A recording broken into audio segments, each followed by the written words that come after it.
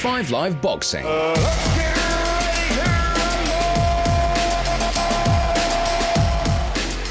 Last week I was in the Essex wastelands. I've been in New York City, Saudi Arabia and London this year. Today I'm in Dublin, a great fighting city.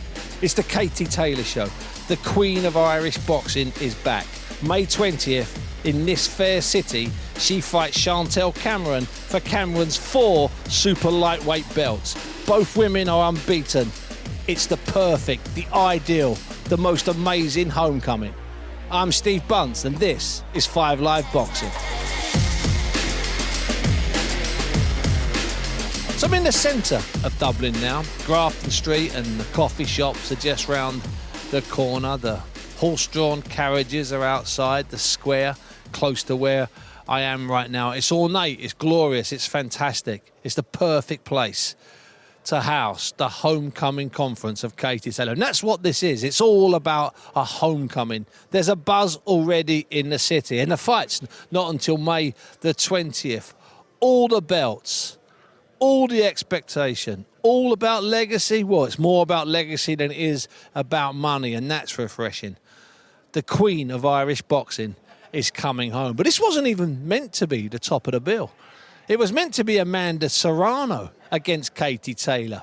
A rematch of their night in April of 2022 in New York City at Madison Square Garden, when 21,000 people cheered them on and they fought each other to a standstill. And Katie won a wafer-thin decision, leaving there triumphant and exhausted. But Amanda Serrano pulled out, and an opponent was needed. And I'll be absolutely honest with you, and people have told me this here in Dublin, she could have fought her shadow and sold this arena. She could have got in there and shadow boxed and sold this arena. But she didn't. She came up with this opponent, and there's a man that knows exactly how that happened. A man that can tell the story better than I can even tell the story, and that's Eddie Hearn. And I grabbed hold of Eddie and just asked him how this fight came about. It was the most bizarre phone call that I had with Katie Taylor, where Serrano pulled out, and I said, look, we're going to have to wait till July. She said, no, I'm fighting May 20th. So I said, okay, look, let's look down the list and we can find a voluntary defence, and, you know, 20 or 30 we know names. it's going to sell out 20 on or the first 30 day. names. Yeah, and she said, no, Chantelle Cameron, you know, and it was amazing. And not just that, went to social media a couple of days later just to turn the screw of pressure and say, Eddie, make sure you make this fight. These women are showing the sport how it should be done. I want the fight, go and make it happen. I work for these two fighters. I've got a job to do. I don't say to them, you're not fighting Chantelle Cameron. They say to me, do your job, Eddie, and go and make this fight. And we did it very quickly. You know why? Because they both wanted it. And it's going to be wild, mate. Wild in there on May 20th. Well, I've been in this arena when it was full 15 years ago with Bernard Dunn. So trust me, it really is. And I think it might even surprise you. And that was, Buncey, the last time Katie Taylor fought in Dublin, in Ireland. On the Cordova 14 years ago tomorrow. It's quite ridiculous.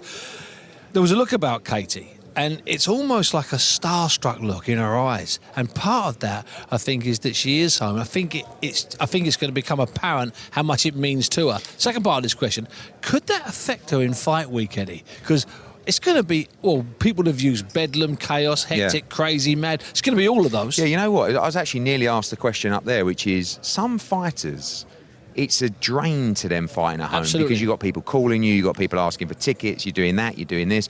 Some and you fighters, can't say no. they like to fight on the road because they just do their own thing. So I think you've got to look at how both fighters will handle this. Let's look at Katie. Firstly, we could say that having 9,000 screaming mad Irish fans behind her and a moment of a lifetime for her in her career will actually raise her performance. And she's the kind of special fighter that would do that. Yeah. The other side is the pressure of fighting at home for the first time. Yes. Not staying in, I don't know, do you stay at home in Bray? Do you stay in a hotel nearby? Everyone's stopping you on the street. You can't move. breathe. You can't move. And then you look at Chantelle Cameron, and the arguments there is, will the occasion be too much for her? Or will the occasion raise her performance to another level? She's the type of person that I believe it will do that as well for. I think she'll love it. I feel like it's less pressure in a way on Chantelle Cameron than there is for Katie Taylor for this fight. I completely agree with that, because I think that Katie is going to have that entire week. Obviously, she'll try and cut herself off, and you guys will have to help her with that, but that's easier said than done. I just got a feeling Chantelle might live and breathe that week, live and breathe it. So when you're up there with them, Eddie, you're talking to them, obviously they're far from fight ready, but could you get a sense, and obviously you're backstage, could you get a sense of that anticipation that there is, that exists already? Yes, but it's like every time, and I know actually Katie's the challenger here because she's fighting for Chantelle belts, but every time there's a challenger or a fighter that's stepping up to fight the biggest scalp in boxing, you look at them and you go, "Cool, I bet you're training hard for this." Chantelle said herself, when this fight was made, I went out, my training seems to have gone to a new level. And this is actually why, it's like AJ fighting Franklin in a couple of weeks. That's why I'm scared of that fight, because Franklin's looking at it and going, do you know what? I'll win this beyond fight. life-changing. Yeah, and that's the same for fighting Katie Taylor as well. So Chantelle Cameron is going to raise her game in training on the night. She will come in better than she's ever come in before for that fight against Katie Taylor, because that's how high the stakes are. So, for me, she's going to rise to the occasion. Katie's super calm, and I guess when you've done the O2 and you've done Wembley Stadium and you've done Millennium Stadium and you've done Madison Square Garden, but this will be something different. Not even she has ever experienced. Yeah, and I think that's relevant, because you talk to cab drivers, talk to people in coffee shops, talk to some of the kids you've got on the undercard, and they're all gooey. They're wide-eyed with it. Right, just quickly, a couple of things. I want to ask you quickly about Ellie Scottney being added to it. That's phenomenal fight against the Australian. Yeah, I'm so happy because Ellie's kind of really served their apprenticeship, if you like. Yeah. And I've been waiting, and she got mandated to fight Shanika Johnson, who got a really bad cut. Then she had a medical exception. Then she was going to fight Maureen Shea for the interim. And I was like, and then luckily, actually, just by luck, April 29 got delayed 3 weeks extra, and Shanika Johnson will be ready. And Ellie Scottney is this unbelievable talent. I mean, this undercard is sensational. Gary Cully will be in a big fight. JJ Metcalf against Hogan, which is a banger. Cecilia Brackhouse against Terry Harper. Ellie Scottney against Shanika Johnson as well. And, it's important to have a couple of standout female fights on this card as well. Because this is a celebration of female boxing. And I know this is the homecoming, and it's almost bigger than female boxing, but let's not forget what female boxing is doing, and I feel like that should be celebrated on this card as well. You said what I happen to believe, that this is a harder fight than the planned fight with Amanda Serrano. I think it is, Eddie. I think it's a much harder fight. I mean, you got two undisputed champions, but featherweight against a light welterweight. A fresher opponent. I think she punches harder than Serrano, who does punch very hard, but she's a featherweight. I think she's smarter than Serrano in some ways. Yeah, well, I mean, I think... But Jamie Moore was very interested in front of the media, where he basically said, we have to have a fight. We have to come in there and stick it on her, because we can't outbox her. That's what he said. And I agree that's Chantelle's best chance, because if she tries to box with her, she will get outboxed. She has to bring Katie Taylor. And the problem with Katie Taylor is... she can't say no to a tear-up. And she can't say no to a tear-up in Dublin, that's for sure, because she ain't going to take a step back in this fight. It's going to be an absolute war. So that's Eddie Hearn there. He's the promoter. He's the one that stuck with this, and he was having a talk with Kate. He's having a talk with Chantelle. He's having a talk with everybody to get over the line. I'm joined now, and let me just paint a picture. Katie Taylor's just walked into this glorious arena, and there's about 35 cameramen in front of us. Katie's now sitting with me on the stage. First of all, Katie, welcome back to Dublin, I guess. Yeah, thank you so much, Steve. It's great to see you as always. But this is amazing to be back. Pro boxing is home. It's a bit mad with all these snappers, isn't it? You might be used to it. I feel like it's the paparazzi's here. No, it's great to be back, and it's. I'm so excited. Katie, I just walked around Dublin this morning for a couple of hours, and I went into a couple of places, and a couple of people have said a couple of things. You know what I'm going to say? They're just absolutely delighted to have you back. I mean, can you sense that when you land here? I mean, I'm not asking about your private life, how many times you fly back in a year, but when you do fly, can you sense it when you're here? Yeah, I think you can definitely feel the buzz around the place. Even when the fight was announced a couple of weeks back, everyone was texting me, ringing me. I do know that the whole nation is... very, very excited about it. No pressure there. Yeah, no pressure at all. But this is exactly where I want to be. This is we're not just bringing pro boxing home, but we're bringing it home with one of the best fights of boxing. And I'm going to ask you about that. I listen, the Serrano fight in New York was legendary. It was brilliant. I was there for a week. It was great being around you. It was a fantastic fight. And you won. And I think that the rematch with Serrano would have been fantastic and a brilliant event. But I think this is a harder fight. Yeah, possibly. I do. I believe it's a harder fight. Yeah, this could possibly be another fight of the year contender. She has the style to make this an epic, and that's exactly what I want. So I don't want to just. I could have chosen an easier route. And dozens of women you could have chosen and still sold out. And it still would have sold out, but that's not what I'm about. We wanted to bring pro boxing home with a fight deserving of this weight, and this is a fight that I'm really excited for. I'm really motivated for, and two undisputed champions going head to head. These are the sort of challenges that I love. And of course, something unique after all these years of being a main attraction, amateur and pro, you actually you challenged her. You called her out online. What's going into you? What's happening, Kate? That's not you. What are you doing? You're going downhill. Yeah, I know. Where's your morals gone? Well, I did whatever it takes to make these fights happen, right? It worked. It definitely worked, and we had to put a bit of pressure on the likes of Eddie and the rest of the team. This is a fight that we wanted. The May the 20th was free for the 3 Arena, so let's make it happen. And that's an arena where I know that you boxed there on the Bernardin Cordoba undercard, but it was also that was the arena where you got introduced that night. And I tell people the story that there was everyone, the best and the brightest of Ireland. The rugby players, Bono was there, but you got the loudest and the most amazing cheer. But what's interesting, I was getting really angry because I thought they were going to overlook you because they'd introduced someone else who was a counsellor and someone else who once played in the Dubliners, and I thought they ignored you. Do you remember that the rapturous applause you got? The whole night's a bit of a blur for me to It's not the Guinness, is it? It's not the Guinness, but that night was just an epic night for Irish boxing for sure. Like that, I obviously remember the atmosphere for the Bernardin Cordoba fight.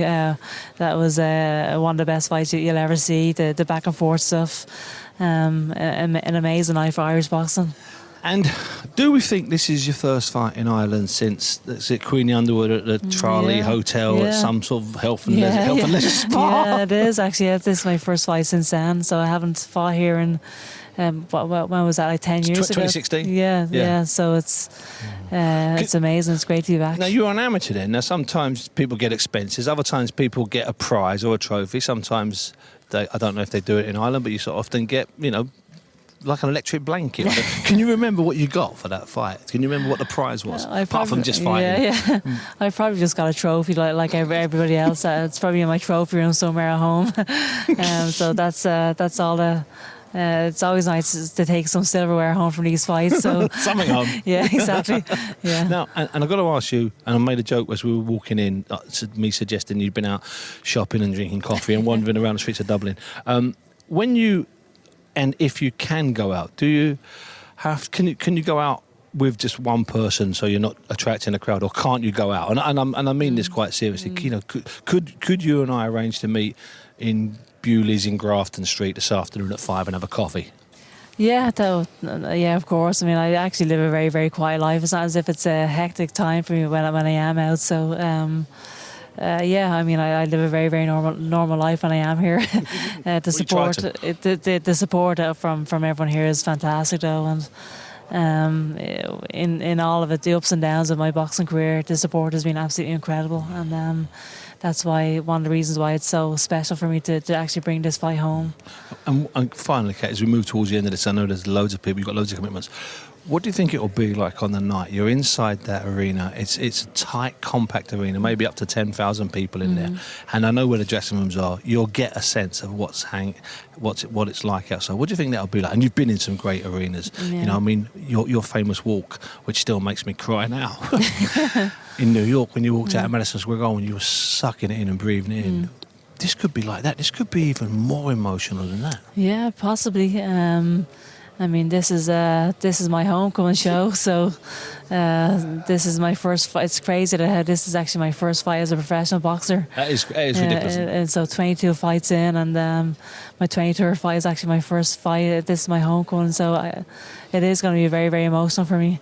And this is going to be the first one this year. There'll be another one later in the year. Yes, there will. I Come hope so. on. Come on now. We'll take it one fight at a time, but... And finally, Chantelle Cameron, I know, praises you and says that if it wasn't for you, none of us would be here, none of us. But she is a quality, fantastic operator on her own. Yeah, she's a great fighter, and like I said, this could be another fight of the year contender. She has a spotless career. She is an undisputed champion, so 2 undisputed champions going head to head. This is what it's all about, and this is one of the best fights in boxing right now. There was a slight problem in the build-up to this fight where we thought we'd got a Croke Park for Amanda Serrano. That fell out of bed, and then Conor McGregor piped up. And suddenly Eddie is talking to Conor McGregor in Conor McGregor's pub.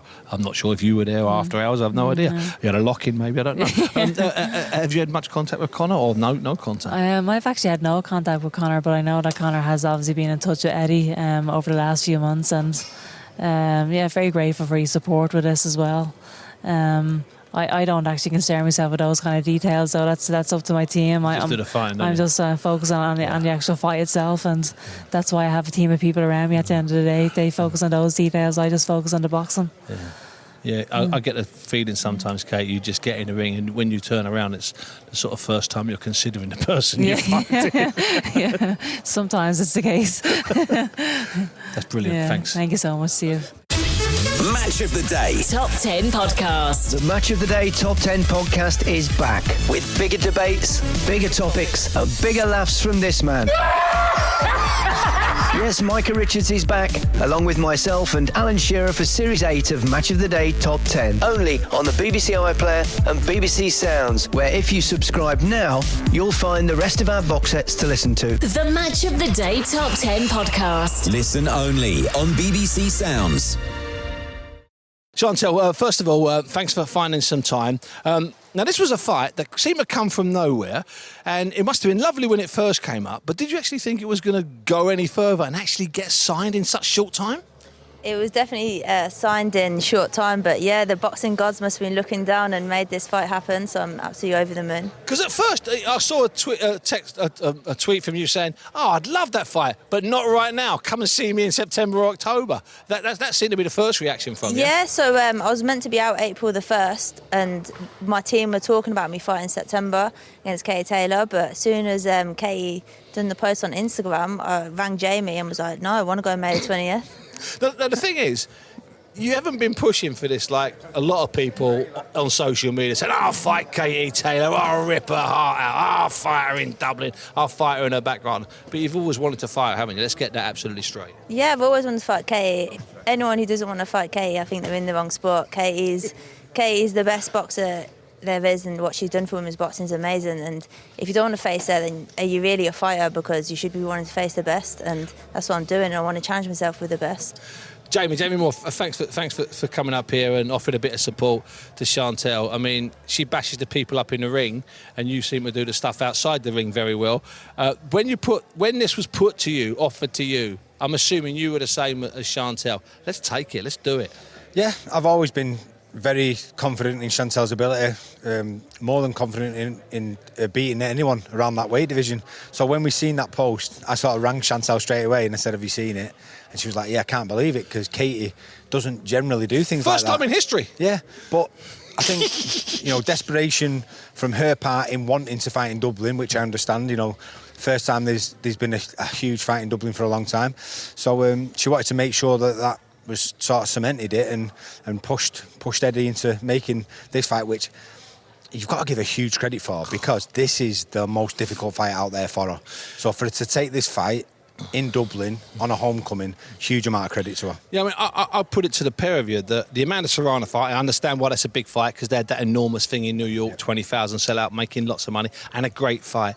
I understand that, and Amanda Serrano's a great fighter. She's this, she's that. But I think, and I'm not putting words in either of your mouth, I think this is a harder fight than Amanda Serrano. I think it is. Like I said, I believe Chantelle beats anybody in or around her weight division. So, we've got the utmost respect for Katie. The only reason we're stood here, take Katie out of the equation, we're stood here involved in a huge fight for women's boxing, and the only reason why we're involved in a huge fight is because of Katie Taylor. Now bring her back into the equation, she's actually fighting Katie Taylor. So it's huge, couldn't be any bigger. And the first time 2 undisputed champions have boxed each other. So we're making history, and I'm so glad because she's been patient, she's treaded the water, she's waited the time, and it's paid dividends. She's not got a bit above her station, has she, since she bashed up Jessica McCaskill? No, I'm just asking you. I mean, I know I'll ask her in a second, but I'm asking you, James. You can imagine, Bunty, in our gym, she gets She's unbearable. Sometimes she comes walking in Louis Vuitton bags, Gucci bags and stuff. And off what market? Nige Travis drags us right back down to earth. Off what mark? No, I've got to talk to you about Jessica McCaskill. I spoke to you after that, and that was a quality win. It was a brilliant win against a really dangerous and hard opponent. And at times, you made a and this is not a slight on Jessica McCaskill, and I want to use an expression you used, Jamie. You made her look like a white-collar boxer. But you were prepared for a rematch with McCaskill. That was something that could have happened, couldn't it? I wanted the rematch. I think the rematch or the box better. I've kind of got a taste of what she's about. And it was a messy fight. It wasn't my best performance, I say, because I was dragged into her kind of unorthodox style. But if we had the rematch, I reckon I could have done a lot better. And yeah, it could have made it an easier night's work than it was the first fight. Now, I know you fought Katie. It was the last time in 2011. Was that so the EU Games, EU Championship Games or whatever? Now she's already at that time on the international amateur circuit, massive. I mean, she was. I remember once Savannah Marshall saying that people moved away when Katie Taylor walked through. It was like she was walking on air, because even then she was a pioneer. You know what it's like for Katie here in Dublin, don't you? She can't walk. She literally can't walk from the back of the room to the front of the room. Yeah. And that's all because that's the Katie effect. That's what you can't help but respect her. Even though I'm going to be fighting her, I have huge amounts of respect for her, because I wouldn't be standing here if it weren't for Katie. I wouldn't have made my pro debut if it weren't for Katie. So you can't help but respect her. But when it comes to her fighting, that's a completely different story, because I feel like that's what I'm good at, fighting, and I don't need to talk, I don't need to show anyone respect. It's tunnel vision, and someone's in front of me, it doesn't matter who they are, I'm there to win. And you can beat her, can't you? I can beat her, yeah. She's had a lot of hard fights. I mean, people forget that, and I know she's Katie, but she's had an awful lot of hard fights, and so you think you're confident you can beat her? I think I'm getting better all the time. I think the best is still yet to come, and I think the way I'm going, I think, I can't see no other outcome than me winning. Now, you mentioned Nigel Travis there. I like to keep Nigel in Manchester, Moss Side area. Maybe let him go up to Salford every now and again, but not too far. Is he actually going to be here in the week of the fight? Will he be here? Yeah, of course, Nigel. The whole team will be here. Is Dublin ready for Nigel? No, well, I don't think so. We're only just coming to terms with Nigel's behaviour, especially in Manchester and Salford. But he'll be here, as Sam Fiaz, the whole team will be here, because it's such a big occasion. Well, on that fight you had at the O2 a couple of years ago, and I came and I sat in the dressing room with you for 3 or 4 hours before, and it was unbelievable. You didn't close the door, and it was people, all the officials backstage were using your toilet to come in and pee. It was quite amazing, and I was stunned by how calm you were. I was also stunned how you transformed, getting closer and closer to the fight.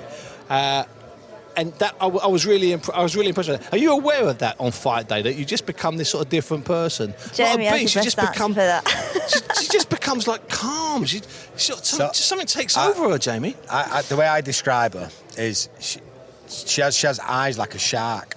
So like that sort of glazed over, and they go black, and she scares me. Then she sort of gets to a point. Me. Yeah, you get her hand wrapped, and she puts the boots on, and then she starts to walk around, and all of a sudden it's like a switch goes, and I love that, because she's such a relaxed, nice girl, and sort of no bones about her, hasn't got a bad word to say about anybody. And then when you look at her face in the change rooms half an hour before the fight, it's like she's going to, so she's got a vendetta against someone. And that's the best way to be. It's like a switch. Chantelle, Shark Eyes, Cameron. Yeah, there we go. I'm liking that, son. Thanks to the pair of you. Thank you. No worries. So Chantelle and Jamie are now got to get ready for the start of what's going to be a very intense period. Over here, I'm going to have a chat, if I can, with Terry Harper. Terry Harper is going to be defending her world title against a woman that, well, she was massive for years and years, Cecilia Brækhus. Before I ask you about Cecilia Brækhus and ask you how you are, because you look in fantastic form, smiling and happy. I know it's really early days, but how do you see this main event going? When you first heard that Chantelle was going to get a shot at Katie Taylor, what went through your head, Terry? See, I can't really be one speaking about size difference and stuff and moving up weights because you gained 26 odd pounds and moved up comfortably. But yeah, just obviously Katie's moving up. Chantelle's a big fighter. She's a big welterweight, isn't she? Well, let's put it honest. Yeah, and it's like undisputed versus undisputed, and the best versus the best. And do you know what? That's very exciting, and that's set up for an amazing fight. And I feel like there couldn't have been any other better fight to be made than this one. No, I know you're a big fan of boxing because there's famous stories about you buying a ticket to watch Katie and stuff like that. So you'd be at this fight if you weren't in the chief support in the type of fight that's almost like a dream fight for you, because Cecilia Brækhus was one of those enormous, she held all those belts. At one point she had about 7 belts, didn't she? Yeah. And she seemed untouchable for about 6 or 7 years. Yeah, for me, Brækhus is an old school fighter, and she's a modern day great and someone I've got a lot of respect for, and I'm very grateful that she's given me the opportunity to share the ring with her. There were a few touch and go moments where I thought we were going to lose the fight to Natasha, but Cecilia stuck to her word, and I'm very grateful for that, and I have a lot of respect for her for that. But then that makes me think, does Cecilia see something that she can beat me on? But I'm not reading too much into it. I'm just very grateful to be on such an amazing She event. might try and do, like and Steffi Ball, you work with, and you've been around for about 750 years, it seems. I mean that. It feels that way. Yeah, I'm ready for an holiday. In the men's game, we have an expression. Sometimes old hands can old man someone out of the fight. So she could old woman. Yeah. I mean, if I'm Cecilia and I'm her people, I'm looking at Terry Harper and I'm thinking, okay, she's not big at the weight. Yeah. She's big enough at the weight. Don't get me wrong, and she's good, but she lacks a little bit of grade. Yeah. We've got all the grade, all those 10 rounders. I haven't even counted her 10 rounders. Yeah. There's probably had more 10 rounders than you've had fights. Probably double. I mean, I wonder if there is that. If she's thinking, I can old woman her out of this. I can old woman her.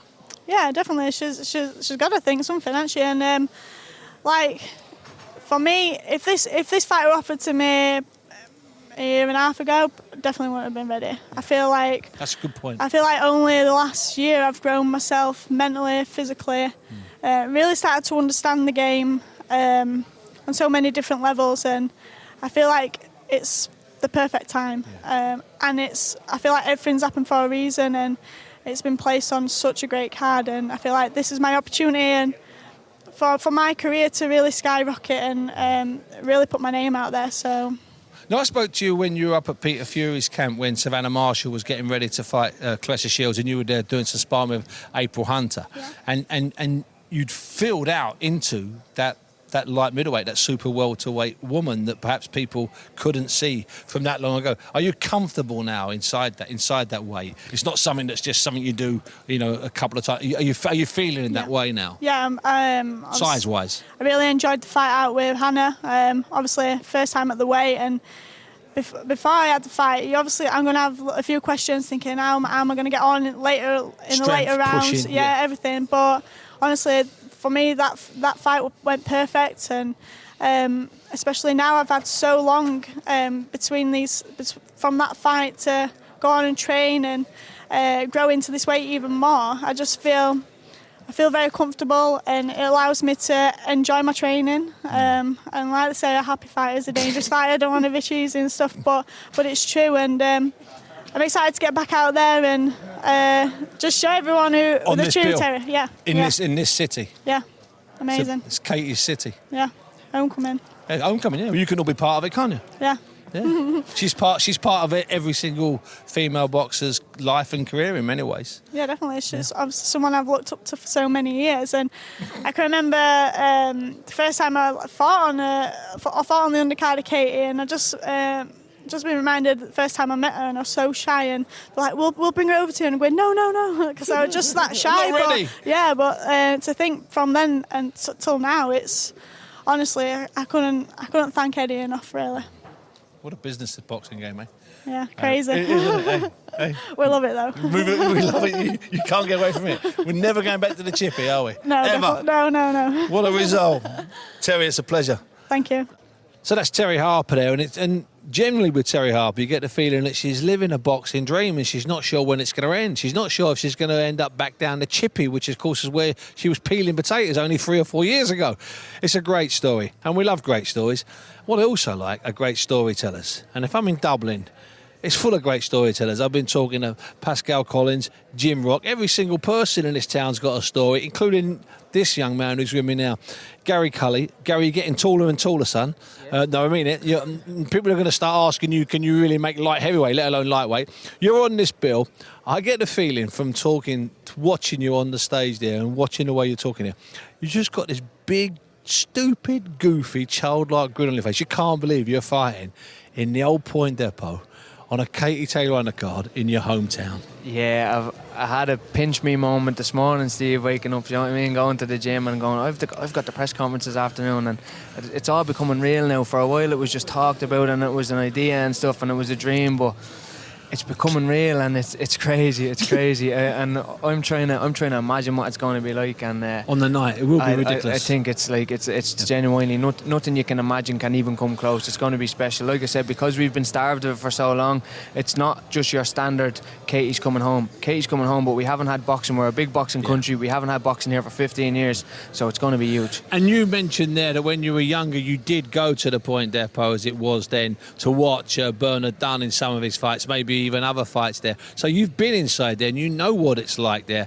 So you've got an idea of what it's going to be like. But if you were trying to talk to somebody and explain to them, try and tell them what it will be like when you've had your fight, you're back in the training room and you're coming out for Katie. Just try and explain to someone that's maybe never been there and never been at a massive Katie fight in America. Yeah, like if you know, you've seen some mega atmospheres before across the UK, across America, but I've been saying for the last 2 to 3 years, when we get boxing back to Ireland, the Irish fans come out like nobody else. Listen, maybe I'm a little bit biased because I'm Irish and I'm from here, yeah. But I believe that we're the best in the world. We come out, we travel across the world. People have travelled across the world, thousands of people, for Conor McGregor, for Katie Taylor, for all these guys, and now we're actually bringing it, but we're having it at home. So I believe it's going to be special. It's like nothing you can imagine.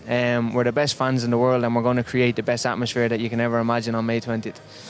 Let me ask you this, Gary.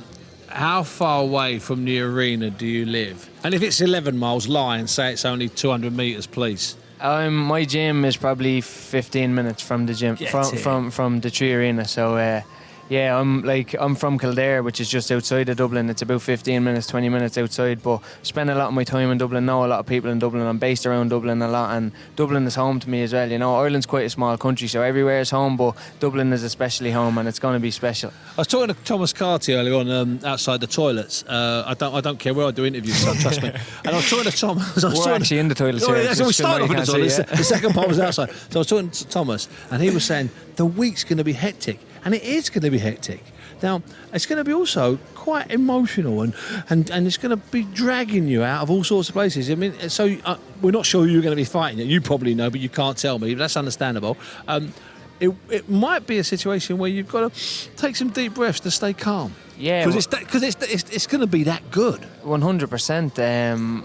I was going to stay at home for the week. And my missus was saying to me that we need to get into the hotel, obviously my fights have all been in the UK in the past, so we need to get into the hotel, get into fight week and kind of settle in there and bubble ourselves off to an extent, because Dublin is going to be on wheels all week. Gary, thanks for that. I'll let you go. They're about to start the main press conference. We'll hear more from you during the week, whether it's a wild week, a hectic week, doesn't matter. We'll hear more from you during that week. And you'll hear more from me and the 5 Live boxing team on Wednesday evening, 9 p.m, live on 5 Live, a boxing special. Boxing special seems to be every single week. Well, that's the way boxing works. I think there's 2-3 Saturdays between now and the start of July. What a business to be in. It's been a special day here in Dublin, a kind of homecoming for me. I used to spend a lot of time here at fights, a lot of time here doing bits and pieces on the amateur and the pro scene. It's a delight and a pleasure to be back. It's been a delight and a pleasure to hear from Chantelle Cameron and Jamie Moore. What a double act they are.